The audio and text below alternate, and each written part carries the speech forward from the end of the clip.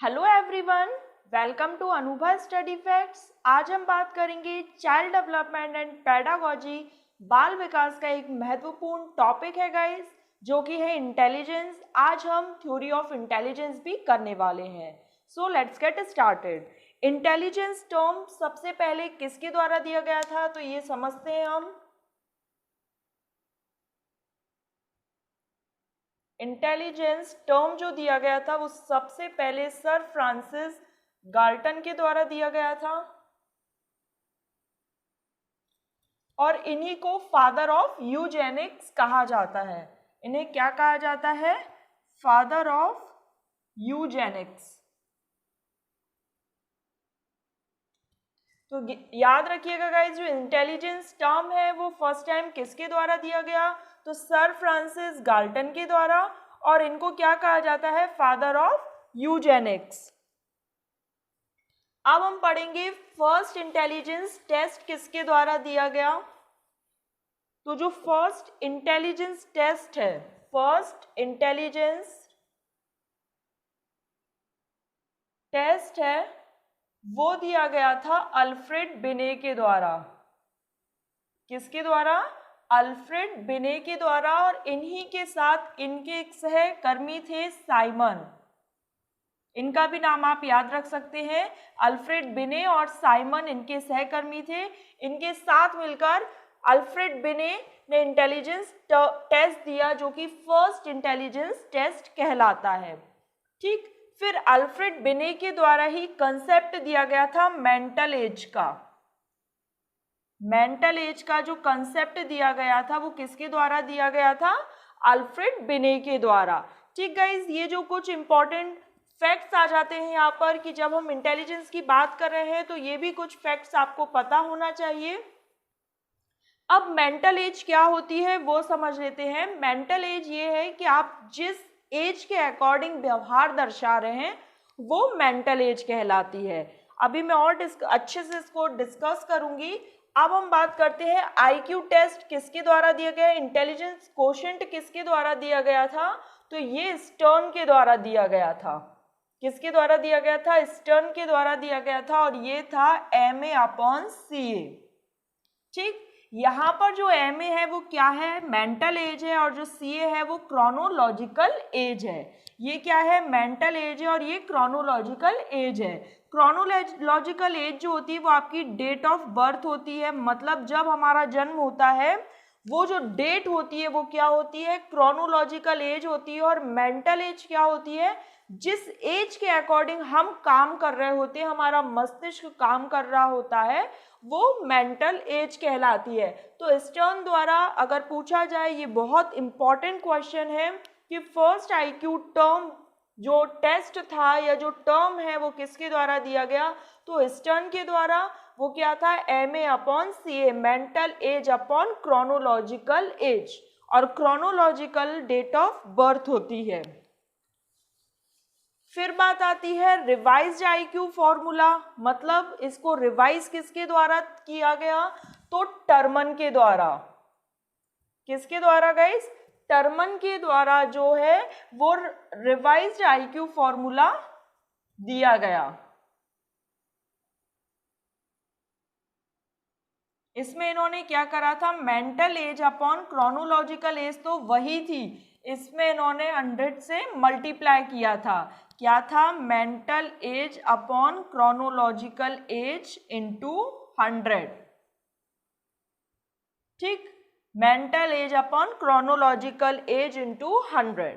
तो गाइज ये कुछ इंपॉर्टेंट फैक्ट्स हैं, आप याद रखना चाहें तो इनके सन भी याद रख सकते हैं कि जो सबसे पहले इंटेलिजेंस टेस्ट दिया गया वो 1905 में था, 1905 में। फिर मेंटल एज का कंसेप्ट भी अल्फ्रेड बिने के द्वारा दिया गया, जो कि 1908 मतलब 1908 में आया। फिर स्टर्न के द्वारा जो आईक्यू फॉर्मूला दिया गया वो 1912 1912 में आया।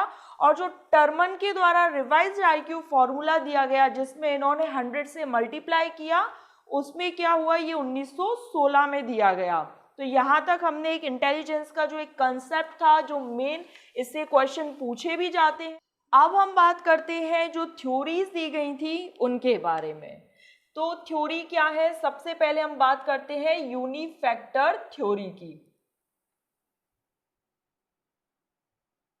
ठीक, यूनिफैक्टर थ्योरी की अब हम बात करते हैं। ये किसके द्वारा दी गई, तो अल्फ्रेड बिने के द्वारा।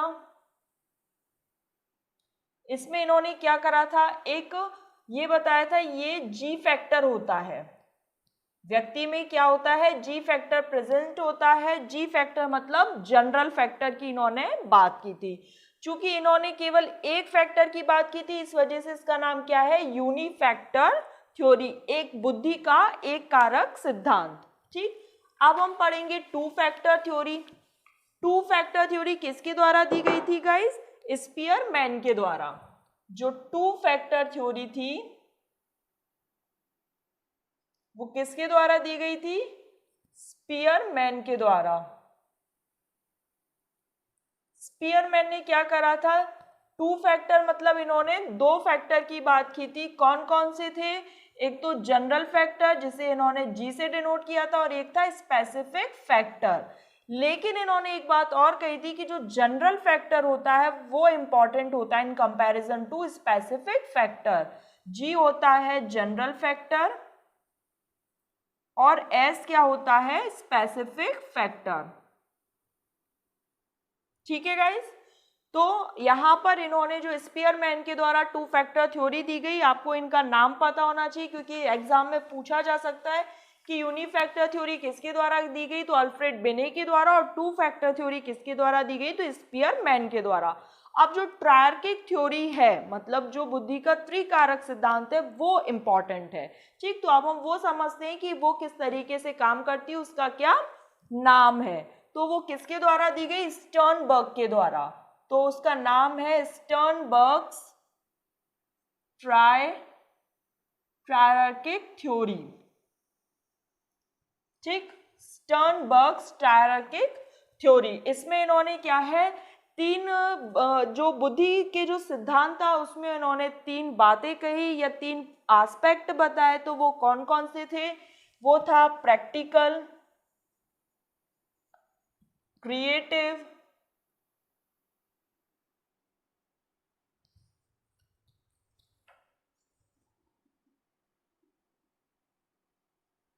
और था एनालिटिकल। इनके दूसरे भी नाम है, प्रैक्टिकल का है कॉन्टेक्चुअल,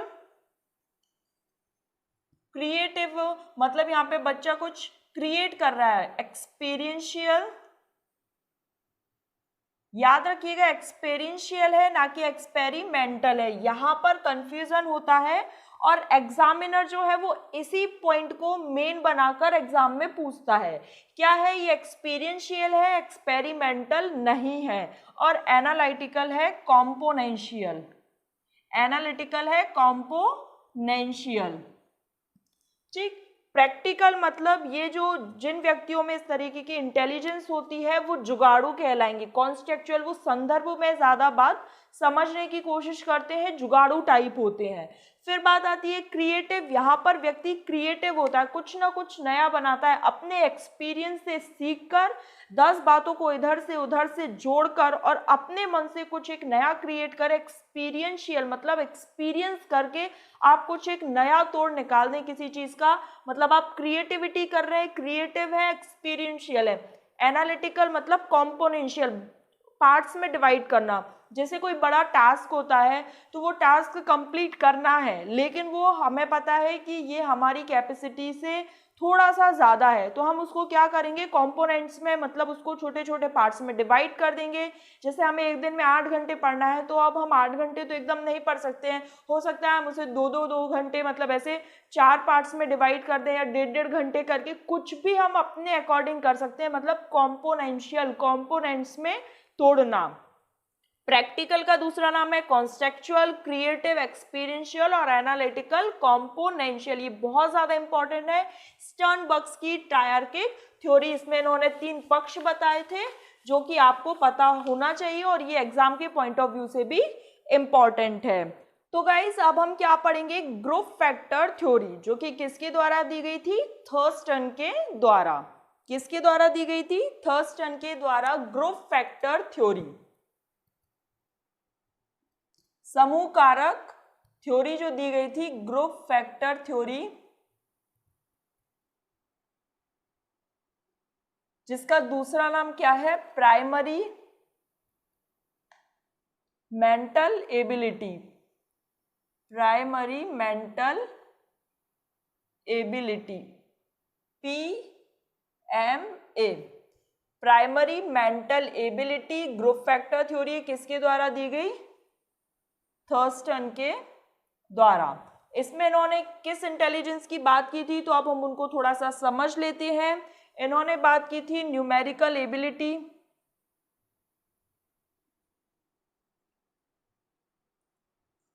वर्ड फ्लुएंसी,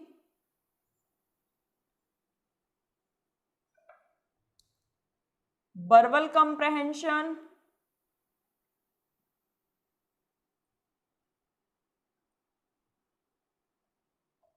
स्पेशियल। पहले हम इन चार को समझ लेते हैं, फिर मैं रफ करके तीन और लिखूंगी। न्यूमेरिकल एबिलिटी क्या होता है, जब नंबर से व्यक्ति खेलना सीख जाए।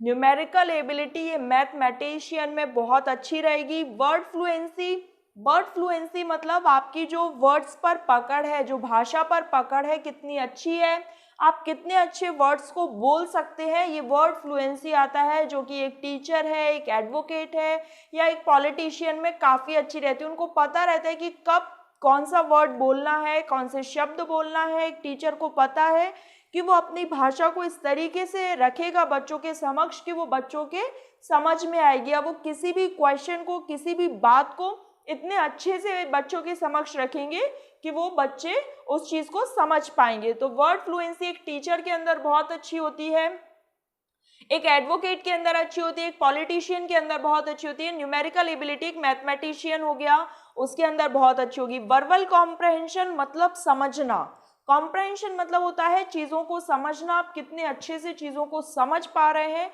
ये अकॉर्डिंग टू पर्सन वेरी करती है। आप कितने अच्छी चीज़ों को समझ पा रहे हैं, आप में एबिलिटी कितनी है, ये बात है वर्बल कॉम्प्रहेंशन की। एक स्टूडेंट है, तो कोई स्टूडेंट बहुत अच्छे से चीज़ों को समझ लेता है तो वो क्लास में रैंक कर जाता है, और कुछ नहीं समझ पाते मतलब उनके पास वर्बल कॉम्प्रहेंशन थोड़ी सी कम होती है। फिर बात आती है स्पेशियल। स्पेशियल में क्या होता है, स्पेशियल विजुअलाइजेशन भी इसे कह सकते हैं, स्पेशल विजुअलाइजेशन।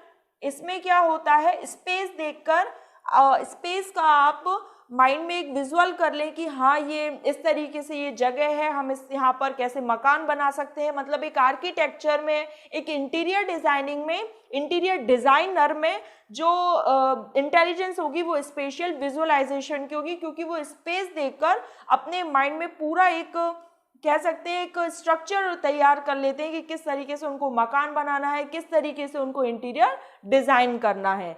बाद बाकी जो तीन है, अब हम उनके बारे में देखते हैं कि वो तीन और कौन सी हैं। एक है आपकी परसेप्चुअल स्पीड। परसेप्चुअल स्पीड, आप किसी चीज का परसेप्शन अपने माइंड में किस तरीके से क्रिएट करते हैं, कितनी जल्दी क्रिएट करते हैं, ये परसेप्चुअल स्पीड में आता है। फिर आता है आपका कौन सा, रीजनिंग, मतलब आप कितने अच्छे से रीजनिंग तर्क दे पा रहे हैं, किसी चीज के लिए लॉजिक लगा पा रहे हैं। और नेक्स्ट आता है आपका कौन सा, एसोसिएटिव मेमोरी। नेक्स्ट कौन सा आता है आपका, एसोसिएटिव मेमोरी, मतलब आप किसी चीज से कैसे लिंक कर पाते हैं, ये एसोसिएटिव मेमोरी के अंतर्गत आता है। तो group factor theory, primary mental ability में हमने क्या क्या बात करी, परसेप्चुअल स्पीड, आप किसी चीज का किस तरीके से परसेप्शन क्रिएट कर पाते हैं। फिर बात आती है रीजनिंग, आप किसी चीज में किस तरीके से लॉजिक लगा पाते हैं। फिर आती है एसोसिएटिव मेमोरी, आप किसी चीज में अपनी मेमोरी को किस तरीके से एसोसिएट कर पा रहे हैं, आप कहाँ पर अपनी बुद्धि का प्रयोग कर रहे हैं। स्पेशल विजुअलाइजेशन इंटीरियर डिजाइनर में अच्छी होगी, आर्किटेक्चर में होगी। वर्ड फ्लुएंसी एक टीचर, एडवोकेट, आपका पॉलिटिशियन है, उनमें अच्छी होगी। फिर उसके बाद है वर्बल कंप्रहेंशन, जो व्यक्ति अच्छे से चीज़ों को समझ सकता है उसके अंदर ये वाली इंटेलिजेंस होगी। तो गाइस आज के लिए हम इतना ही कर रखते हैं। उसके बाद अब जो मोस्ट इम्पॉर्टेंट है, हॉवर्ड गार्डनर का जो इंटेलिजेंस, मल्टी इंटेलिजेंस जो उन्होंने सिद्धांत दिया था, उसके बारे में हमको बात करनी है, वो हम नेक्स्ट सेशन में करेंगे। Thanks for watching this video.